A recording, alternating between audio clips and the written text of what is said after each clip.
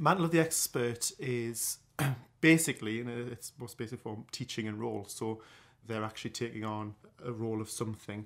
We decided that we would do it as a collective role. So the children became the workforce and we were all working towards a common goal. We wanted something that would lean towards quite a strong literacy focus. And obviously, start thinking about TV programmes and all the writing that's involved with that before you get to the kind of filming point. There was just huge scope for anything that we would want to do or anything that the children would want to do. We have about 140 children at our school from the age of 3 to 9, and this project has involved all of them. A letter had gone home explaining what was happening and that children were going to be coming to work rather than to school, and the staff had come in over the weekend and transformed the school so it didn't look like a school anymore, it looked like a TV studio. And on that Monday morning when they arrived, they came into their studios, sat around the board table, and there was an urgent email waiting for them from the president of the company, who was flying in from London to have an urgent meeting with them, and they didn't know what it was for, just that he was coming. He basically said to them that Station Studios, that had been going for about 60 years, used to produce fantastic programmes, but over recent years had started to decline, and that we were in trouble financially, and that if something didn't happen, then Station Studios would be no more, and it was down to the staff, as in the children, to save it. And he had come up with the idea of the programme, so he pitched Portal to them. On Monday, the 2nd of March 2009, we entered a portal and were transported to another dimension.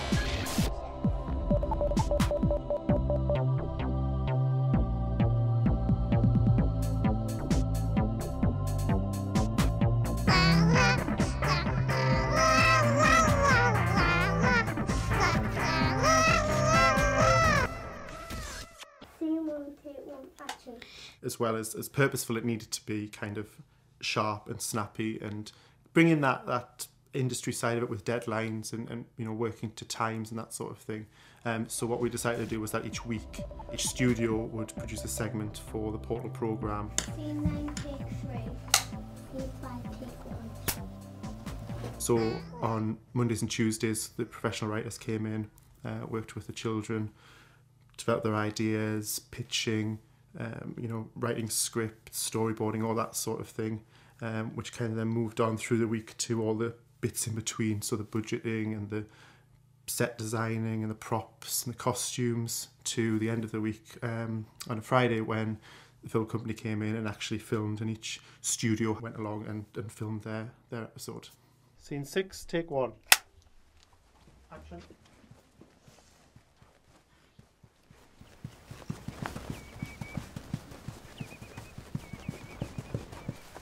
Young boy on toast with scrambled snakes. Delicious. The ideas seemed to come quite naturally to them. They obviously had lots of discussions beforehand, before they were enrolled, about kind of types of programmes, what they liked, what different people might like to watch. And then when it actually came down to coming up with ideas and the brainstorming, all that, it did flow quite naturally. Then they go off into groups and pitch them to each other and pitch them to the rest of the studio.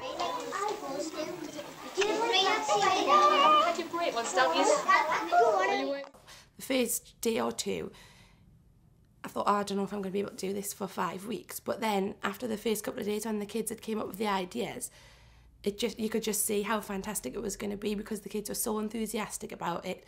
But like I say, at first, I thought this is going to be huge and I don't know how I'm going to be able to manage it in terms of planning and hitting the objectives. But you just seem to be able to fit them in naturally. We're very, aware that we had the curriculum there with objectives that we still had to teach these children, that they still have to learn.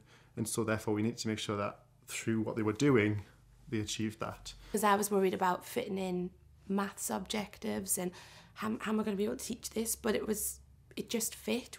For example, Andrew would send emails about the budget saying you had this much to spend, how are you going to spend it? So it just fit in terms of word problems with the children. You could do things like timekeeping, intervals between programmes. So what you had to do was look at the objectives that you had left to teach for the year and see what you could cover within this project. Saying that though, the children didn't realise that that's what they were doing. In fact, I had comments from some of them that, you know, oh, I love coming to Station Studios because I don't have to work. And they really didn't think of it as sitting down and learning. They were kind of, I suppose, like learning on the job, really. Bonjour, anglais. Bonjour. Bonjour, grand-mère. Bonjour. Bonjour, grand-père. Bonjour.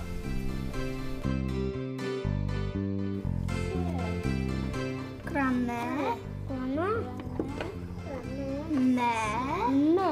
Since 2007, we have recorded a 50% drop in the number of clownfish that live in this part of the ocean.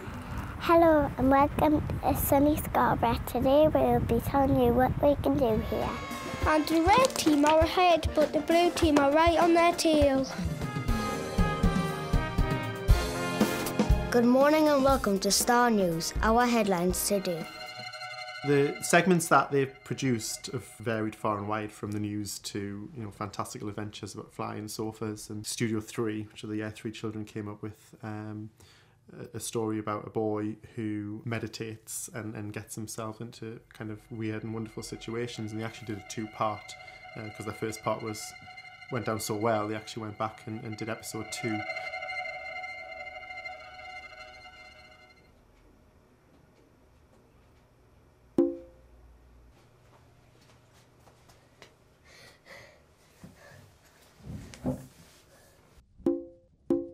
Bob, in here. Gee.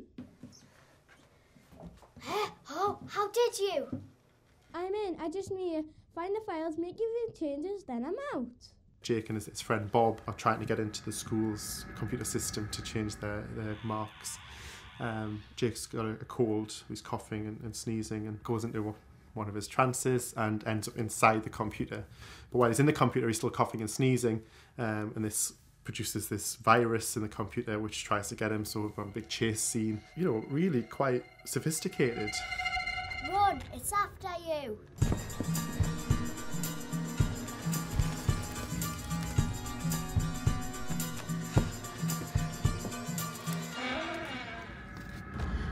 Here, try these.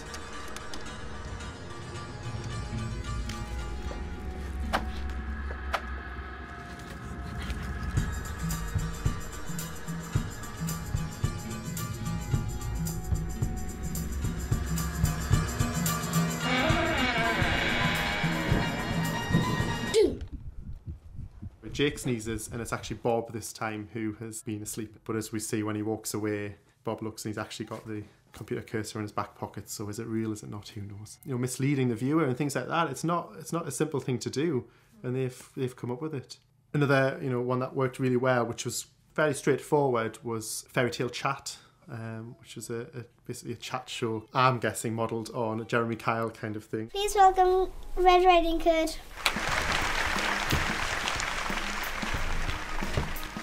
You the dog, you're the one who broke into the bear's house, ate the parrot, broke the chair and slept in the bed. You're the one who should be locked up, lady. Lies! Ladies, can we come, please? That one was one where they just seemed to really love it and grasped onto it, and they talked about it for weeks afterwards. You know, they're still talking about it. And I think even when we watched the DVD back at the end in my studio, when that came on, you could just feel they were all excited.